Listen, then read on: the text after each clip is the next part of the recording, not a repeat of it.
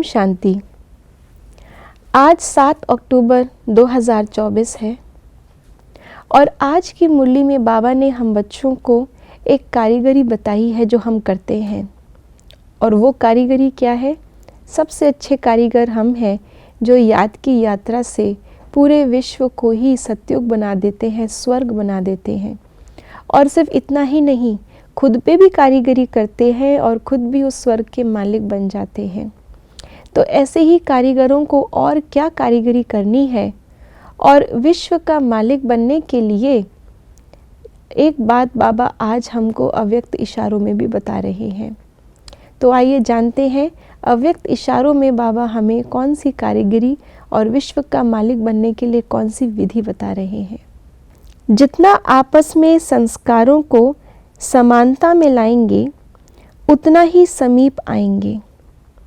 जैसे साकार रूप के संस्कार उपराम और साक्षी दृष्टा के रहे, यही साकार के संपूर्ण स्थिति के श्रेष्ठ लक्षण थे।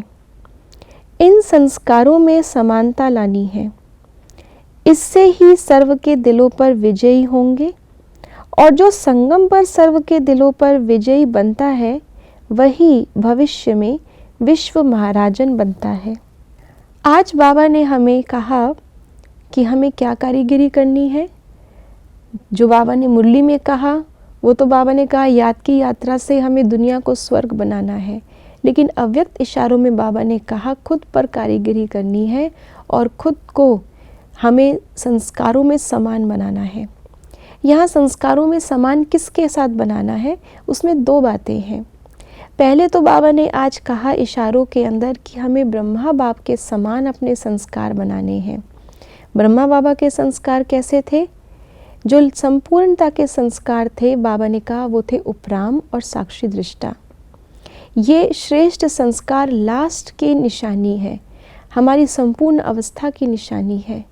जैसे कोई भी भोजन कढ़ाई में बनाते हैं, हलवा बनाते हैं, जब वो पक के तैयार हो जाता है तो कढ़ाई छोड़ देता है, बर्तन छोड़ देता है। कोई फल पेड़ पर पक जाता है तो डाली छोड़ देता है। तो ऐसे ही हम भी आत्मा इस संसार में रहते हुए अपने आप को इस संसार से छूटा हुआ महसूस करें, उसको कहा जाता है उपराम। कि हमेशा राम के पास हम रहें, हमेशा यहाँ से यानी कि ऊपर रहें, साक्षी दृष्टा रह करके यहाँ के हर हम सीन को देखें। तो एक तो हमें संस्कारों में ब्रह्मा बाबा के साथ समानता चाहिए और दूसरी समानता चाहिए हमें आपस में एक दूसरे के संस्कारों में। जो नई दुनिया आने वाली है, जिसके हम मालिक बनने वाले हैं, वहाँ पर एक राज्य होगा, एक देश होगा, एक धर्म होगा, एक भाषा होगी, एक का राज्य होगा। तो जब सब एकता में चाहिए वहाँ पर, तो वो एकता के संस्कार यहाँ पे चाहिए। और यहाँ पर वो एकता कैसे आएगी? संस्कारों में। भले ही सबके संस्कार भिन्न भिन्न रहेंगे, सत्युग में भी राजा के पास राजा के संस्कार, दास दासियों के संस्कार दास दासियों के होंगे, लेकिन समानता होगी। अर्थात एक दूसरे की नेचर को समझेंगे, एडजस्ट करेंगे। वही एडजस्टमेंट, वही समानता हमें यहाँ भी चाहिए। और जब वो समानता यहाँ आती है तब हम दूसरों के दिलों पर राज्य कर पाते हैं, उनके दिल को जीत पाते हैं। उनके दिल से दुआएं निकलती हैं कि हाँ ये हमें समझते हैं। और जो ऐसा दिल जीत होगा वही विश्व जीत बन सकता है, अर्थात विश्व का मालिक बन सकता है। ओम शांति।